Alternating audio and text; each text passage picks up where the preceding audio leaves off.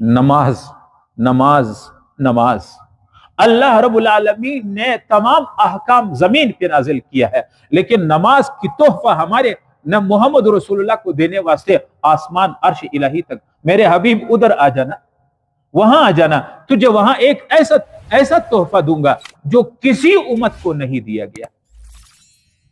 اس لیے نماز، ایک تو نماز کو قائم کرنا، یہ 5 وقت نماز کو اہتمام سے ادا کرنا ایک، اور دوسرا یہ ہے کہ نماز کو خشوع و خضوع سے پڑھنا۔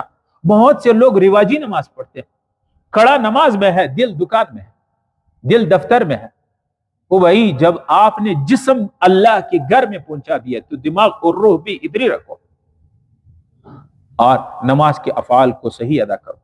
نبی علیہ السلام فرماتے ہیں اسوأ سریقۃ الذی یسرق الصلاۃ، سب سے منحوس، سب سے بدنام چور اور ڈاکو وہ ہے جو نماز میں سے چوری اور ڈاکہ کرے۔ صحابہ نے پوچھا یا رسول اللہ نماز میں سے کیسے چوری ہوتی ہے؟ آپ صلی اللہ علیہ وسلم نے فرمایا لا یتم رکوعها ولا سجودها، نماز کی چوری یہ ہے، نماز کے اندر ڈاکہ یہ ہے کہ اس کی رکوع سجدہ صحیح نہ ہو۔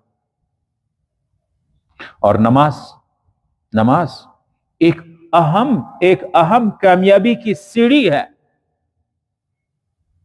نبی علیہ السلام ارشاد فرماتے ہیں جو آدمی نماز کو صحیح خشوع و خضوع سے پڑھتا ہے، سلام پھیرتا ہے، ہر عمل انسان کا فرشتے آسمانوں تک لے جاتا ہے۔ قرآن میں ہے الیہ یصعد الکلم الطیب، تمہارے ہر عمل انسان کا، جب نبی علیہ السلام فرماتے ہیں انسان نماز پڑھتا ہے خشوع و خضوع سے پڑھتا ہے، اور جب نماز سلام پھیرتا ہے رخصت ہو جاتا ہے، تو نماز رخصت ہو جاتی ہے تو نمازی کو دعا دیتی ہے، اور نمازی سے کہتی ہے یہ نماز اللہ تجھے ایسی حفاظت فرمائے جس طرح تو نے میری حفاظت فرمائی، اللہ تجھے ایسے سلامت رکھے جس طرح تو نے مجھے سلامتی کے ساتھ ادا کر لی۔ اور جب آدمی نماز کو صحیح نہیں پڑھتا ہے، خشوع و خضوع رکوع صحیح نہیں پڑھتا ہے، تو پھر کیا ہوتا ہے؟ اچھا پہلے صحیح نماز پڑھنے والے جب فرشتے لے جاتے ہیں تو ہر عمل کی خوشبو ہوتی ہے، ہر عمل کی، جب یہ آسمان تک جاتے ہیں نا تو آسمان کے فرشتے نمازی کی نماز کی خوشبو محسوس کرتے ہیں، فوراً آسمان کے دروازے کھل جاتے ہیں، فرشتے کہتے ہیں مرحبا بالعمل صالح، یہ ایک نیک عمل، خوشبو عمل آ رہا ہے۔ اور جب نمازی نماز کو خراب کر دیتا ہے، رکوع سجدہ خشوع خضوع صحیح نہیں ادا کرتا ہے، تو پھر جب سلام پھیرتا ہے فرشتے جب اس نماز کو اٹھاتے ہیں تو نماز اس کے سر سے نہیں جاتی، فرشتے جب آسمان تک لے جاتے ہیں آسمان کے دروازے بند ہو جاتے ہیں، آسمان سے اعلان، وہاں آواز دی جاتی ہے کہ یہ عمل اللہ کو نہیں مانتا، اللہ کو نہیں چاہیے۔ اور حدیث میں آتا ہے تقول، نماز پھر کہتے ہیں اس نمازی سے آ جاتے ہیں اللہ ضیعک اللہ کما یضیعتنی، اللہ تجھے ایسے برباد و ذلیل کرے جس طرح تو نے مجھے برباد کر دی۔ ہم تو کہتے ہیں فلان مظلوم بدعا دے، لوگوں کی بدعا سے ڈرتے ہیں، بھائی نماز کی بدعا سے ڈرو، نماز کی بدعا۔ اچھا پھر کیا ہے؟ آپ صلی اللہ علیہ وسلم نے فرمایا پھر اس نماز کو ایک پرانے کپڑے کی طرح لپیٹ کر کے فرشتوں سے حکم ہوگا کہ اس نمازی کے منہ پہ مار، اور اللہ تعالیٰ فرشتے اس گندے کپڑے میں، میلے کچلے کپڑے کی شکل میں نمازی کے منہ پر مارتے ہیں، اور کہتے ہیں کہ یہ عمل اللہ کو محبوب نہیں ہے۔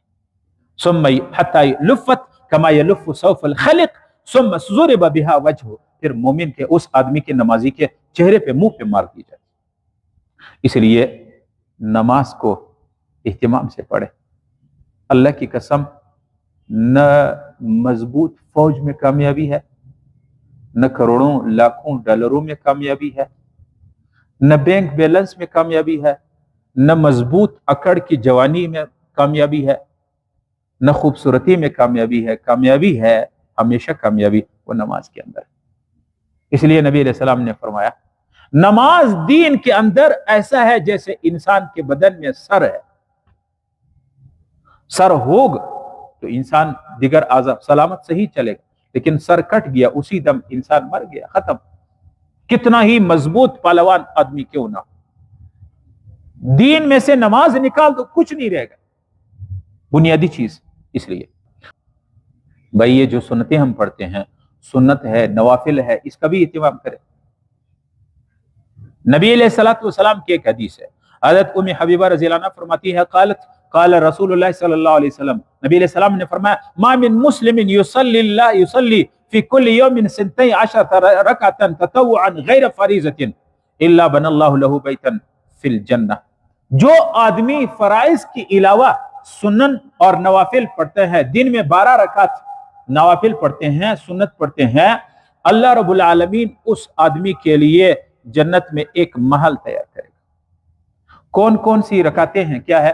4 قبل الظہر، 4 رکعت ظہر کی نماز سے پہلے، 4 رکعت سنت، ورکعتین بعدها، ظہر کی فرض کے بعد 2 رکعت، ورکعتین بعد المغرب، مغرب کے بعد، ورکعتین بعد العشاء، عشاء کے بعد 2 رکعتیں، ورکعتین قبل صلاۃ الغداء الفجر، فجر کی نماز کے بعد۔ جو بندہ ان سنتوں کو اہتمام سے پڑھتا ہے، آج میں دیکھ اور سن رہا ہوں عرب ممالک میں بھی یہ چیز ہے، اور عام ہمارے جدید تعلیم یافتہ طبقہ وہ کہتے ہیں اصل تو فرض ہے، سنت نہیں پڑھتے، معمولی بانوں سے یار چھوڑو، سنت سنت ہے۔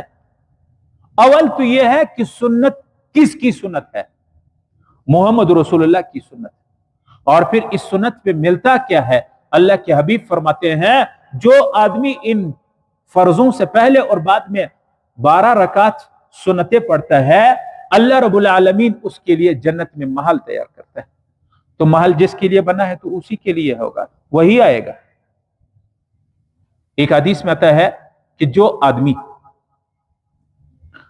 عصر سے پہلے 4 رکعت سنت، جس کو غیر موقت کہتے ہیں، عصر کی نماز سے پہلے 4 رکعت سنت پڑھنے کی عادت بنا لے، حرم اللہ بدنہ علی النار، اس کے جسم جہنم کی آگ پر اللہ تعالی حرام کرتا ہے۔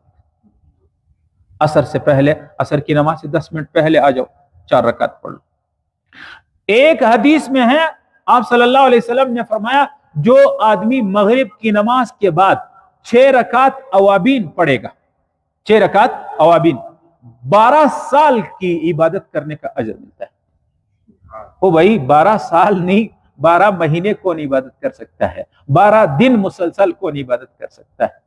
جو آدمی، آپ صلی اللہ علیہ وسلم نے فرمایا من صلی المغرب 6 رکعات لم يتکلم بینہن، مغرب کے بعد کوئی بات چیت، کوئی عمل نہ کرے، بے سوء عدلن بعبادت 12 سنۃ، 12 سال عبادت کا اجر اس کو ملے گا، 12 سال عبادت۔